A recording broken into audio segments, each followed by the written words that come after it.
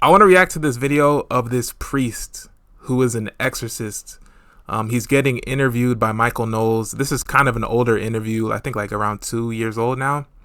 But I just watched it. I think it's really interesting, and so I want to watch a segment of it. You said she was satanically, ritually abused as a kid. Yes. This is the sort of thing when that phrase comes up, the really respectable liberal people will tell you, oh, that's a ridiculous conspiracy theory. That doesn't happen. Get off your tinfoil hat. There's no satanic ritual abuse that goes on. And yet, it does. Oh, yes. Why would they have reason to say that? How can you disprove something just because you haven't seen it? That's not logical. This is the part that a lot of people who are a little more secular or skeptical of all these, this is the part that they often get hung up on. It's not that someone would sexually abuse somebody else. It's not that someone would beat somebody else. It's not that someone would murder somebody else. It's that they would do it in a satanic ritual. That's the part that seems so absurd. If this is just a material world and we're all just bags of chemicals, why would people engage in satanic ritual abuse? And what even is that? Okay, so satanic ritual abuse is when usually it's a family member, like a parent or a grandparent. Usually it's not the parent, but a relative who takes the child and performs a ritual abuse, like a rape on a baby, which involves blood, and they consecrate the child to the devil. Why would you do that? Because it gives them great power. The devil asks for payment. What are you going to give me? I want one of the kids. And so they do. And they don't have to actually murder them, although sometimes there are SRA victims who are killed. Halloween is the number one time of year for the most human sacrifice to the devil on the planet. People go, that's ridiculous. Halloween's just about candy. It's not. In fact, in New York City, Father Labar was telling me that it's the number one week leading up to Halloween where the most homeless go missing. There's these unmarked vans that come around and offer to take them to shelters and get meals for them, and they just bind them and they keep them and they satanically sacrifice them on Halloween.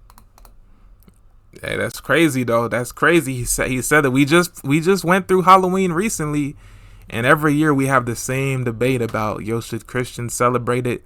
Me personally, I'm not gonna celebrate it, and hearing stuff like this, I feel like it only further proves that something's really going on. Something's taking place on that day, with the skeletons and the zombies and the witches and all that weird stuff, But I know a lot of people, they still want to celebrate it. That's just me. But let's keep going.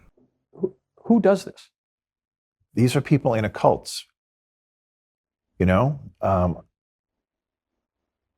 They keep hidden. I mean, obviously, if they were mainstream, that would be a bigger problem.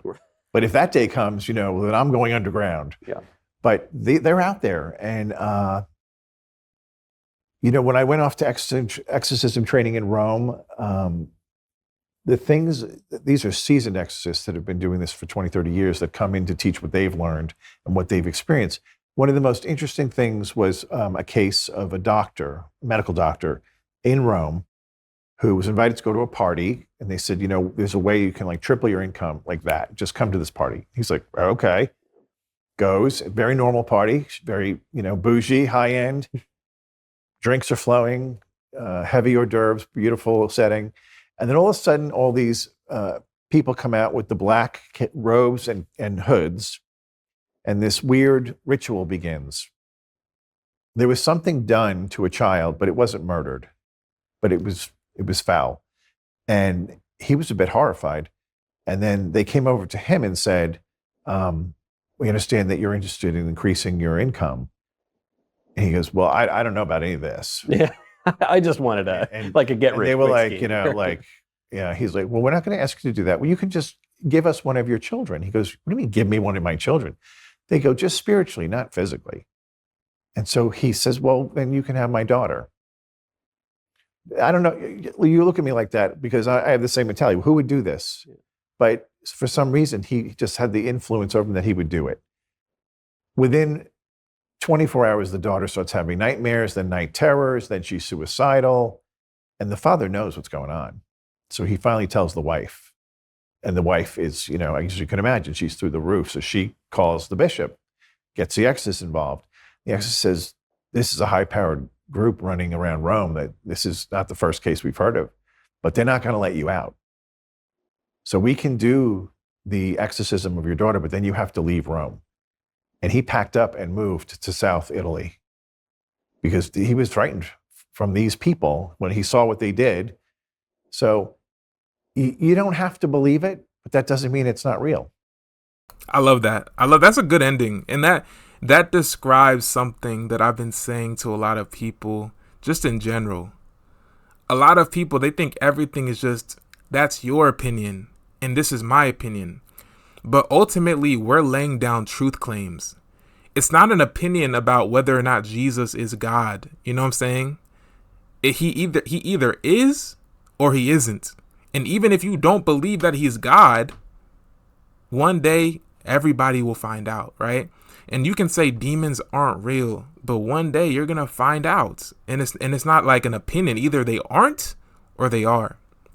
And it doesn't matter what you believe, because the truth is truth. And so what you should do ultimately is seek the truth and believe the truth, because that's how you live in reality. That's when you're the most like sane and whatever, but a lot of people, they just think everything is just, oh, that's your opinion. It's like, no.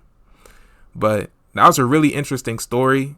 And it literally sounds like a movie, it sounds like Eyes Wide Shut or something like that. And a lot of times these movies are literally based off the real thing, And so I believe it, I believe it.